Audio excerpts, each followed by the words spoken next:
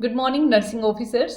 तो एक बार फिर से मिल रहे हैं भाई हम लोग उन कैंडिडेट्स के लिए जिन्होंने जीएनएम किया है अभी फ्रेशली।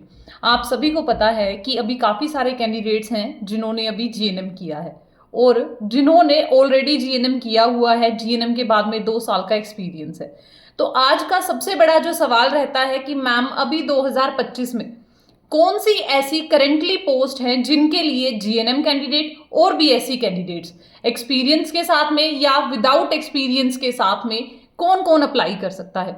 मेरे पास डेली काफ़ी सारे ऐसे कैंडिडेट्स हैं, जैसे पंजाब में अभी एग्जाम्स हुए हैं, जीएनएम और पोस्ट बेसिक कंप्लीट हुआ है, तो बहुत सारे ऐसे कैंडिडेट्स हैं जो अभी कंफ्यूज हैं कि मैम हमें क्या करना चाहिए। ठीक है, या फिर जिन्होंने ऑलरेडी जीएनएम किया हुआ है, 2 साल 3 साल प्राइवेट सेक्टर में आप लोग काम कर चुके हो बट कुछ नहीं बन पा रहा है। ठीक है, या कुछ कैंडिडेट्स ऐसे हैं जिन्होंने प्रीवियसली एग्जाम्स दिए हैं बट वो अपनी जो मेहनत उन्होंने की थी उसमें वो सक्सेसफुल नहीं हो पाए। तो ये वीडियो उन्हीं कैंडिडेट्स के लिए है, तो एंड तक वीडियो को जरूर देखिएगा। देखो भाई, सबसे पहली बात तो आप लोगों के अंदर खुद से एक मोटिवेशन होना चाहिए कि मैंने जीएनएम कर लिया है या बीएससी कर लिया है, अब मेरे पास मुझे बस एक ही ड्रीम अपना बना के चलना है, वो है मेरी गवर्नमेंट जॉब। ठीक है, जिस बच्चे ने भी अपने माइंड में ये सारी चीजें डाल ली हैं कि बस मुझे अब एक ही चीज करनी है कि मुझे जीएनएम मैंने कर ली है, मेरा आरएन आएगा और आरएन आते ही मैंने क्या कर देना है भाई, सिलेक्शन ले लेना है। वेट भी नहीं करना है कि आरएन 1 महीने 2 महीने में आ जाता है, तब तक ही आपके एग्जाम्स होंगे, तब तक ही आपका जो सिलेक्शन है वो हो जाएगा। तो देखो ये सारा कुछ कैसे पॉसिबल है, या फिर कौन कौन सी ऐसी पोस्ट है हमारे इंडिया के अंदर कि जो आप अपने स्टेट में रह के भी दे सकते हो और स्टेट के बाहर भी दे सकते हो, या फिर सेंट्रल गवर्नमेंट की जो पोस्ट है उनके बारे में। तो वीडियो में बने रहिएगा। और भाई आप सभी को पता है कल है 26 जनवरी। ठीक है, 26 जनवरी को आप लोगों के लिए 26 जनवरी के इस तिरंगा महोत्सव पे आप सभी के लिए भाई देगनार नर्सिंग एकेडमी अपना नेक्स्ट जो D2 बैच है वो स्टार्ट करने जा रही है।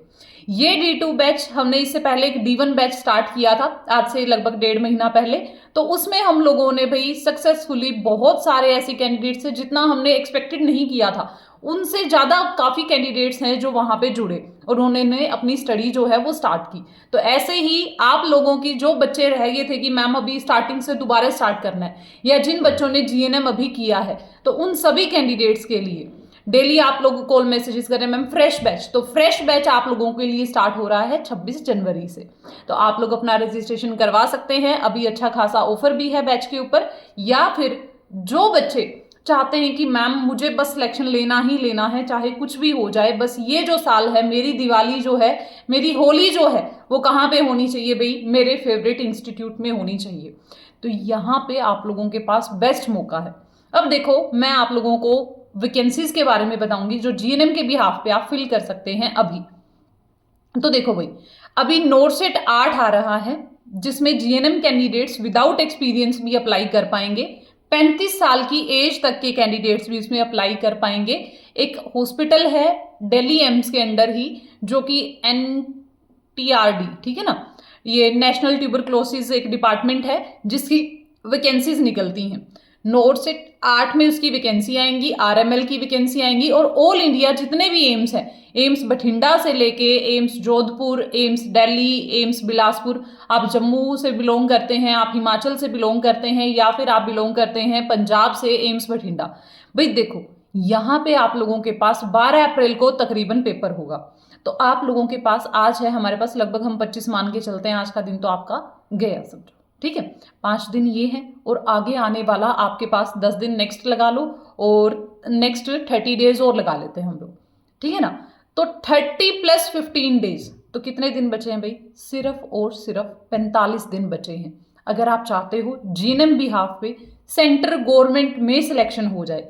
पिछली बार अपने पास एक कैंडिडेट थी जिसने नोरसेट 6 दिया था, मे बी नोरसेट 6 या 7, ठीक है ना, तो वो थी भाई मे बी उड़ीसा से थे वो कैंडिडेट, ठीक है ना। उन्होंने सिर्फ जीएनएम करते ही फ्रेशर ही उन्होंने अपना जो सिलेक्शन है वो एम्स दिल्ली के जो NTRD डिपार्टमेंट है उसमें उनका जो है वो सिलेक्शन हो गया। फीमेल कैंडिडेट थी, ठीक है, बहुत ही अच्छा। उस लड़की ने एग्जाम होते ही अपनी तैयारी शुरू की थी और तैयारी शुरू करते ही विद इन 3-4 मंथ्स एम्स का एग्जाम आ गया और एनटीआरडी का फॉर्म भरा, और आप लोगों मैंने नाम भी काफी बार लिया है उनका क्लास के अंदर, और मे बी आप जानते भी होंगे, पोस्टर भी लगा हुआ है। तो तभी वो जीएनएम भी हाफ पे क्या हो गए भाई, सिलेक्ट हो गए।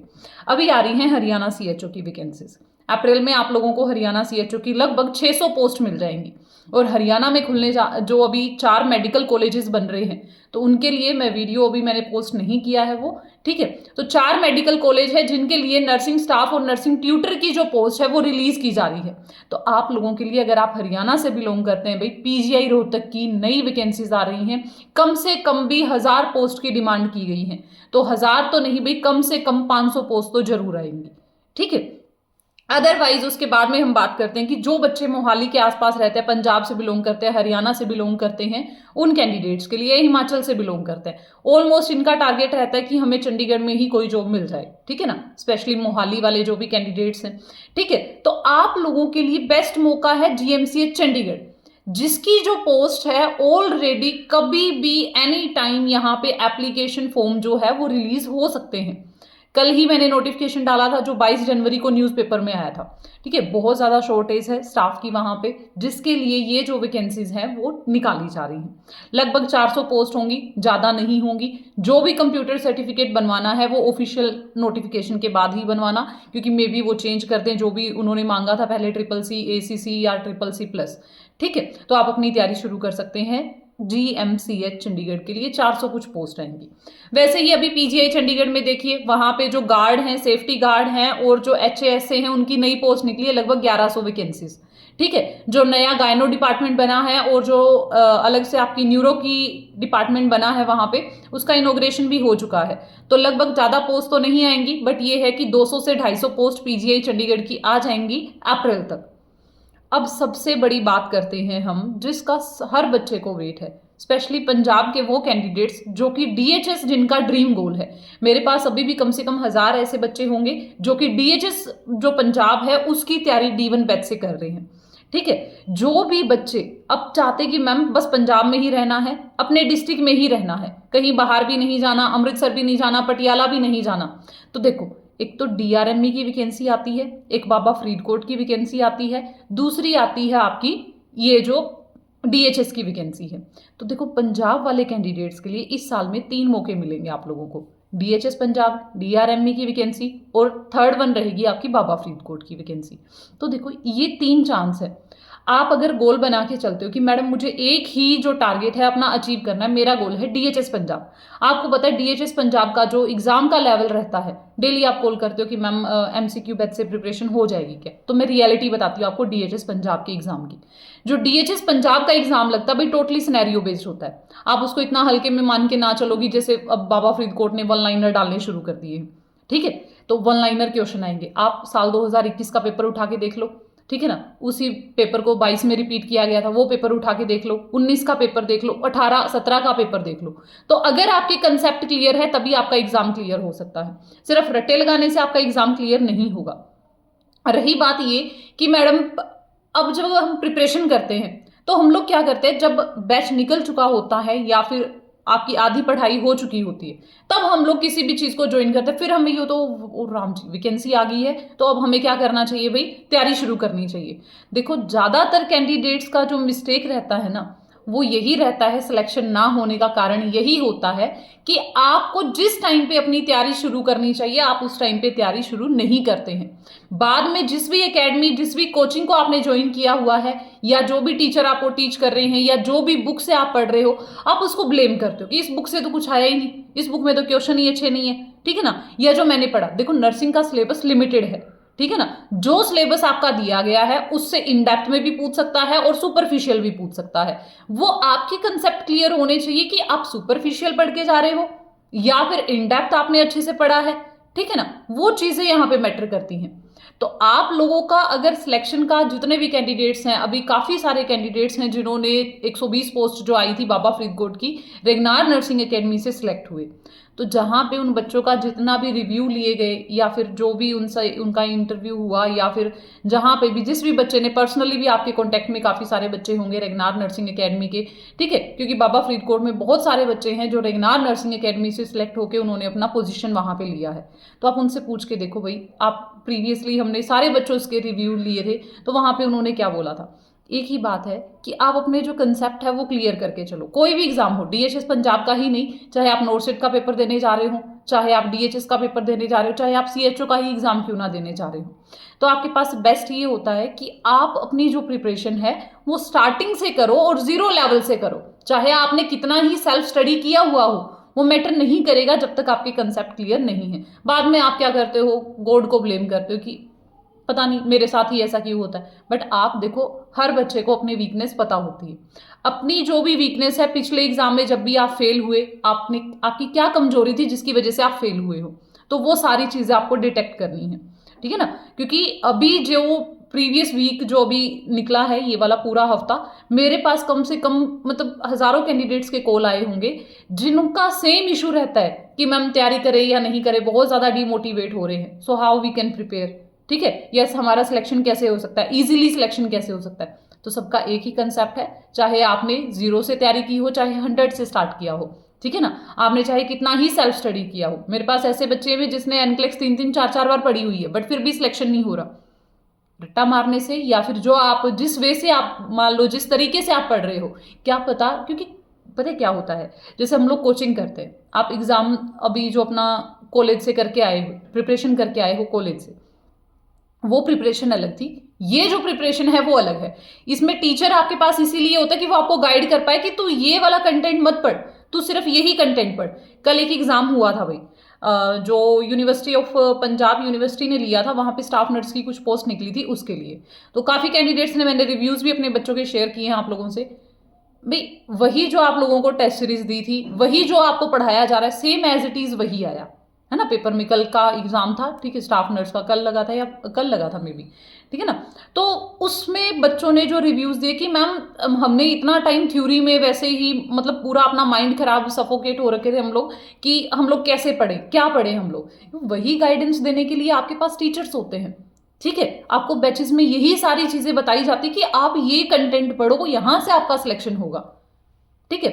टचवुड आज तक तो जितना भी मतलब आप लोगों को कंटेंट प्रोवाइड करवाया गया है, उससे बाहर आप लोगों को कभी कुछ नहीं आया है, ठीक है। और आगे भी ऐसा ही रहेगा भाई, क्योंकि हम लोग भी यही चाहते हैं कि आपका सिलेक्शन हो। और सिलेक्शन कैसे होगा, जब आप सिलेक्टेड पढ़ेंगे, ना कि इन डेप्थ घुसते जाओ। मैंने मैम 4-5 बार कोचिंग ले ली है, 4-5 बार यहां से पढ़ लिया है, 4-5 बार वहां से पढ़ लिया है, लेकिन सिलेक्शन नहीं हो रहा। बट ये देखो ना कि आप पढ़ क्या रहे हो, ठीक है, और आप किस तरीके से पढ़ रहे हो। अगर कंटेंट सही मिल रहा है तो आपका पढ़ने का तरीका गलत है, या फिर आप जो अपनी मिस्टेक है उसको आप क्या नहीं कर रहे भाई, एक्सेप्ट नहीं कर रहे, उस पर काम नहीं कर रहे, ठीक है। तो 2 ही चीजें हैं, या तो प्राइवेट जॉब में घुसे रहो, या फिर सिलेक्शन लेके एक ही 5 से 4 महीने के अंदर अपना जो सिलेबस पूरा करके, वैकेंसीज ही वैकेंसीज हैं।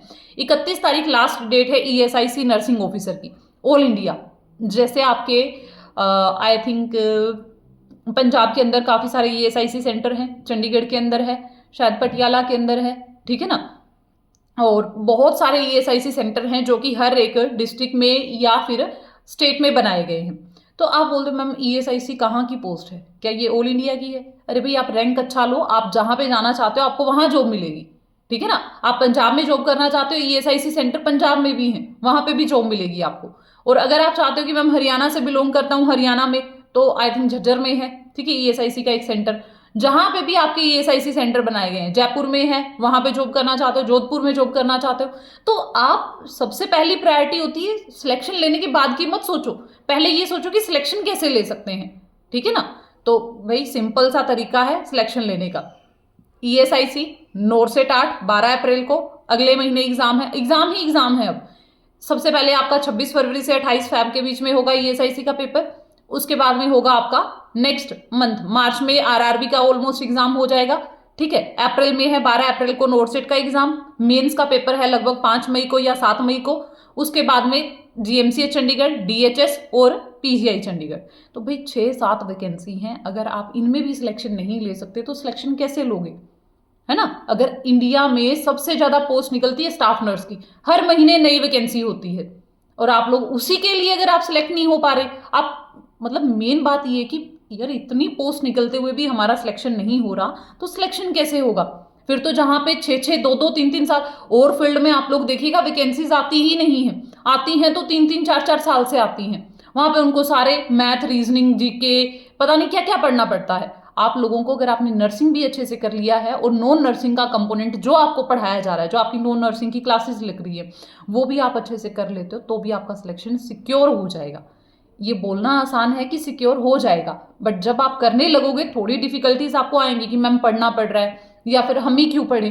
तो भाई अगर आपको 80,000 या 60,000 सैलरी चाहिए और आपको पता है 8th पे कमीशन लगने के बाद यही सैलरी 1.5 लाख हो जाएगी, तो अगर आपको 1.5 लाख के लिए पढ़ना है तो भाई थोड़ा सेक्रीफाइस तो आप लोगों को करना पड़ेगा। ठीक है, तो उसी सेक्रीफाइस के लिए तैयार हो जाइए। 26 जनवरी जो कि इंडिया के लिए मोस्ट इंपॉर्टेंट डे है, उसी से हम इस बैच की शुरुआत करने जा रहे हैं। जैसे आप लोग अपनी प्रिपरेशन स्टार्ट करेंगे, आपको खुद ब खुद ये कॉन्फिडेंस आएगा कि अब स्टूडेंट्स के रिव्यूज, वही बच्चे जो कि बोलते थे मैम बैच ज्वाइन करने से पहले कि मैम मुझसे नहीं होगा, 10 साल का गैप है, आज वही बच्चे बोल रहे हैं कि मैम मुझे ओबीजी इतने अच्छे तरीके से समझ में आ रही है, फंडामेंटल्स क्लियर हो रही है, जिसको साइकेट्रिक से डर लगता था साइकेट्रिक अच्छे से हो रही है। तो देखो आप लोग भी कर सकते हो, अगर वो बच्चे कर सकते हैं, एक बार रिव्यूज देख लीजिएगा, तो आप लोग भी कर सकते हो। ठीक है, कुछ भी डिफिकल्ट नहीं है भाई, बस आपके मन में एक मोटिवेशन होना चाहिए, एक चाह होनी चाहिए कि मुझे वो 1.5 लाख की सैलरी वाली, देख लो भाई 1 साल है, 1 साल में जिस बच्चे ने सिलेक्शन ले लिया 8 पे कमीशन लगेगा और सैलरी डबल होगी ऑलमोस्ट। तो डबल सैलरी मिल रही है आप लोगों के लिए, यही 1 साल है, यही मौका है सिलेक्शन लेने के लिए। जैसे जैसे साल बीतेंगे वैसे वैसे कंपटीशन भी टफ होगा, उतने ही नए बच्चे निकल के आएंगे, उतना ही आपका सिलेक्शन होने के चांसेस जो हैं वो कम होते जाएंगे। तो टाइम से अपनी तैयारी शुरू करो और टाइम से अपना पढ़ना शुरू करो ताकि आप सिलेक्शन ले पाओ। बाकी आप नंबर पे कॉल कर सकते हो, मैसेज कर सकते हो। ठीक है, बाकी डिटेल्स के लिए और अपने बैच ज्वाइन के लिए, या रेगनार नर्सिंग एकेडमी का जो ऑफिशियल ऐप है आप उसको इंस्टॉल करके अपने फोन में, और वहां से भी डायरेक्टली ऑफर चल रहा है सारे बैचेस के ऊपर। 26 जनवरी लास्ट डेट रहेगी ऑफर की। ठीक है, तो आप ज्वाइन कर सकते हैं। Thank you so much.